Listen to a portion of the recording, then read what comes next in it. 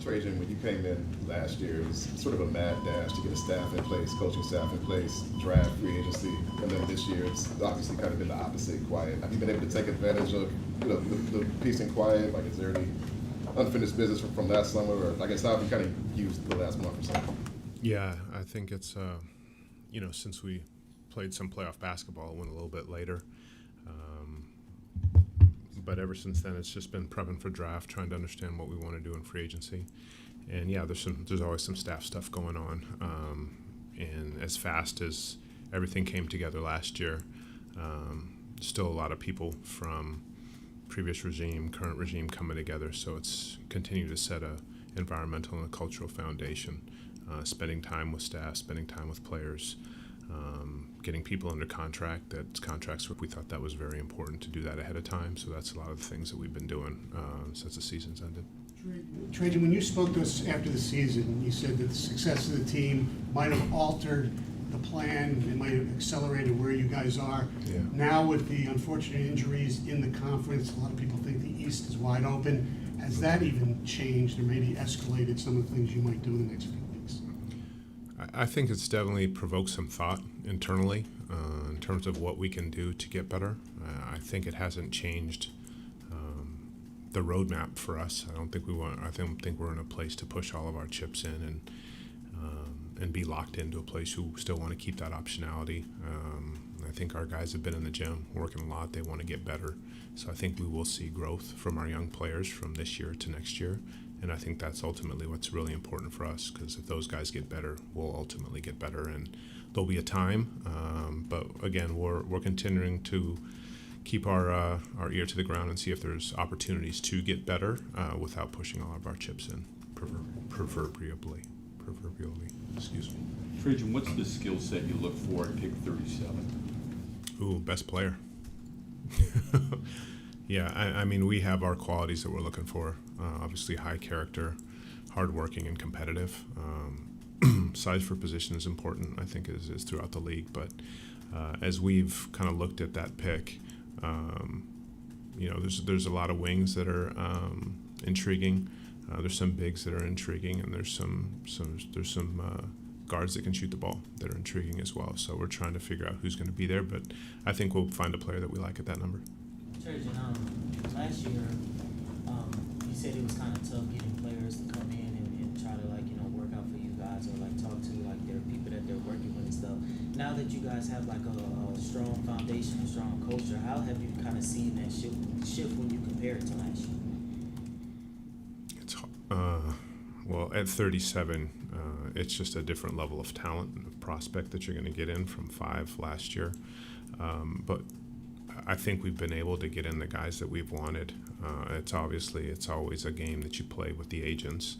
A lot of guys that you think might be in your range, they think are going to be higher, and usually you don't get those players in. But I think our agents have been great with us this year in terms of getting players in that we feel will be in our range.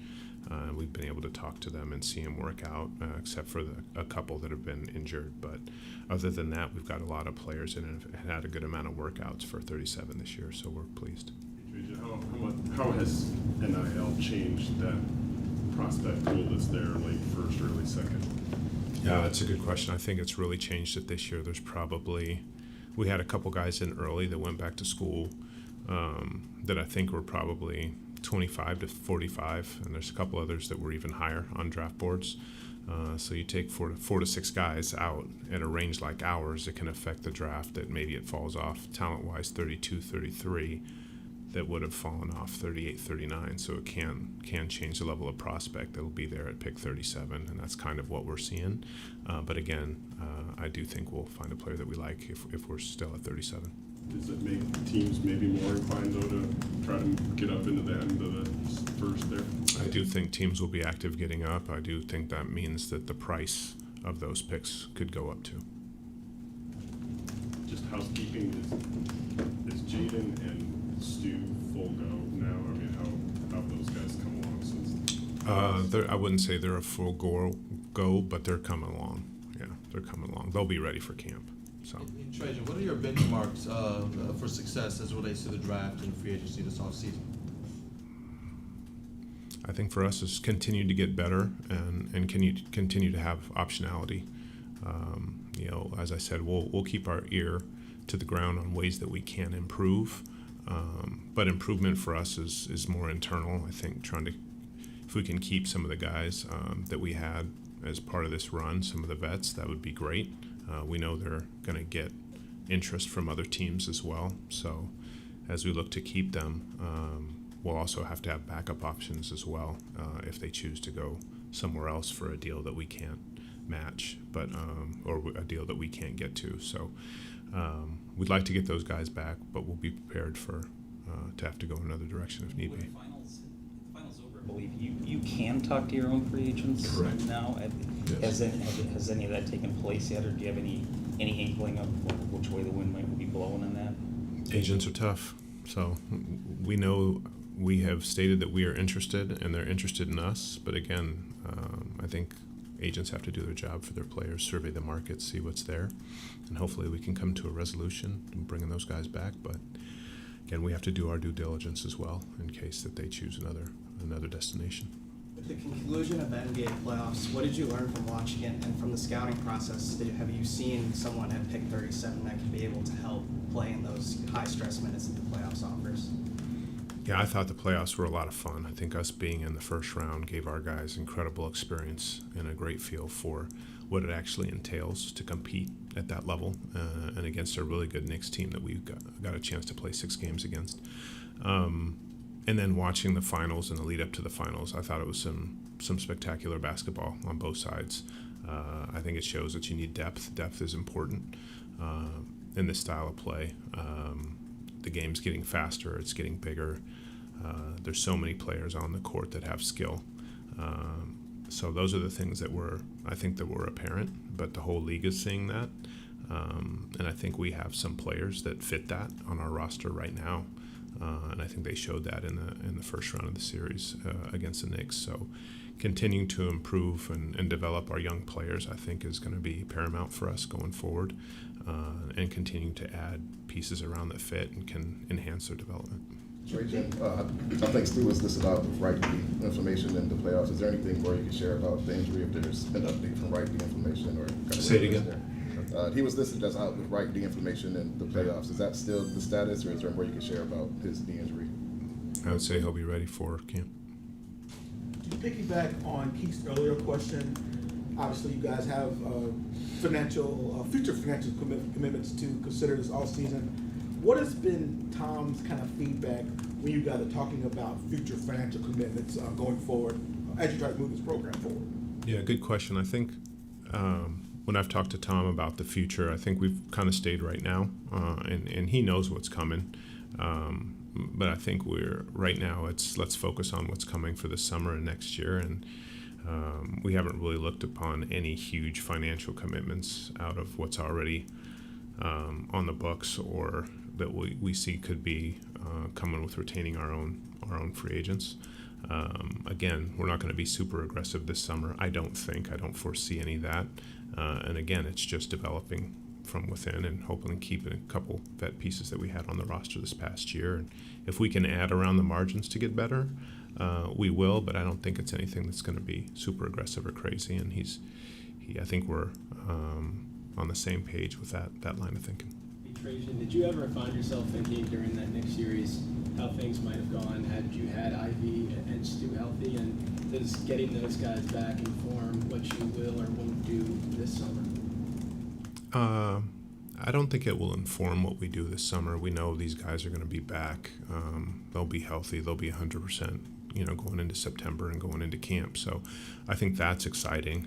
I don't think it will inform us on what we're going to do this summer. But just having, the peace of mind to know those guys will be back and the rotations could be different, will be deeper, and we'll be more experienced with that second half push and the playoff run that we had, playoff experience, I should say, that we had. So I think, JB and I look forward to that and seeing what that looks like, and then and understanding what our team is at that point. Did You get those the thoughts, sense- though, ever cross your mind during that series that, man, if we could have these two guys? Oh, of course, Yeah. of course. Yeah, especially with Stu. In January the JI is going to be out, but with Stu, you just think that enforcer in the second unit around the rim could have really helped us. But, we are also fortunate that we had Paul. I think if we would have had a guy not as talented as Paul, he wouldn't have, coming off the bench, he wouldn't have held water. Another player wouldn't have held water like Paul did for us at that time. So. The Orlando trade for them to get Bain, I'm sure that caught everyone's attention in the East. Did you get the sense that with the Tatum injury and then since that happened, the 𝗙𝗢𝗟𝗟𝗢𝗪 injury, now that maybe your peers around the conference are a little more open to pushing some chips in than they would have been had those things not happened? Yeah, I think so. I think, again, we definitely are doing our due diligence and thinking about different opportunities, but we also don't want it to impact us going forward either.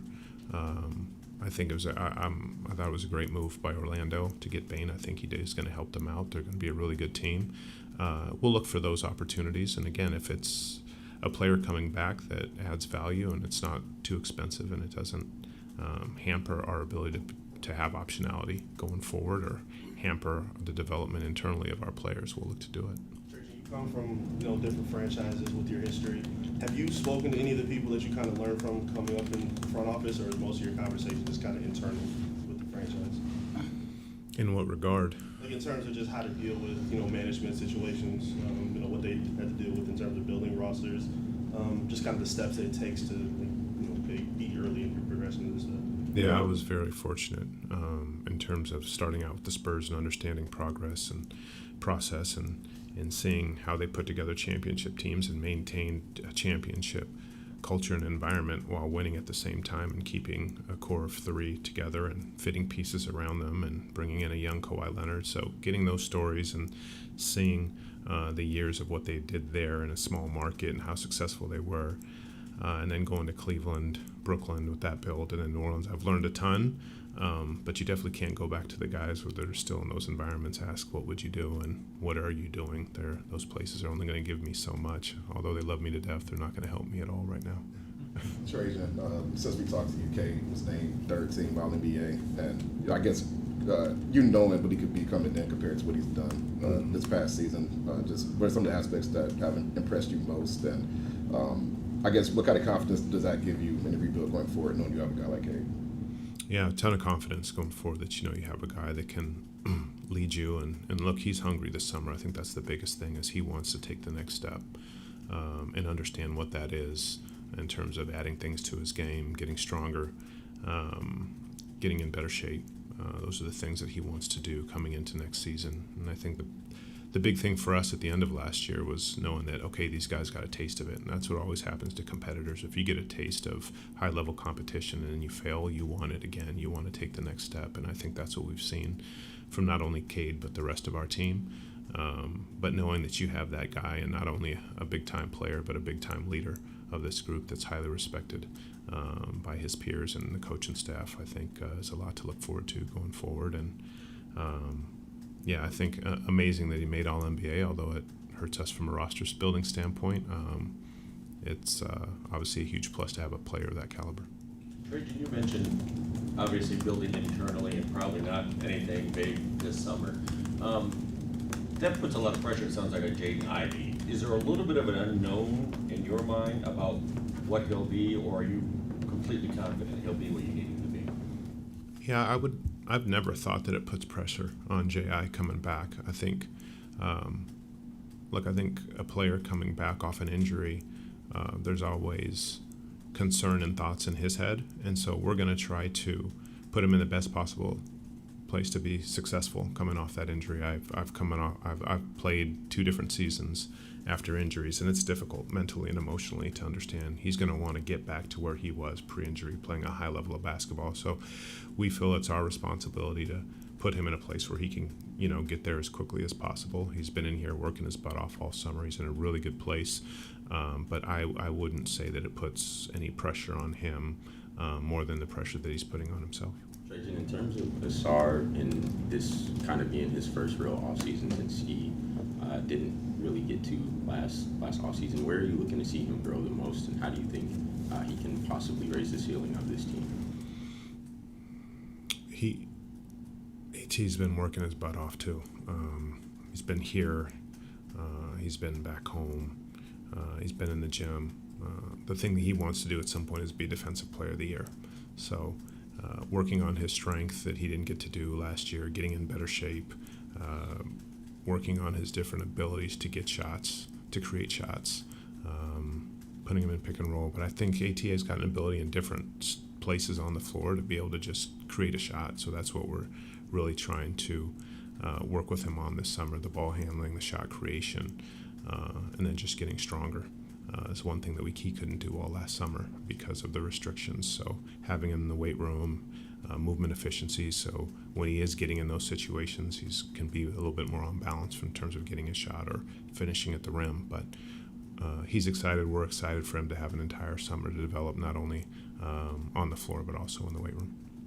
Along those same lines, what can you share about the early workout projections that you've seen from Ron Holland as of right now? Yeah, he's getting better. I'm excited for him for this summer league. You know, we're really focusing on this summer league being about he and Bobby, and giving them the opportunities to really show what they can do on both ends of the floor and lead this summer league team and be competitive around it. But those are two guys that have versatility on both ends of the floor to handle, to score it.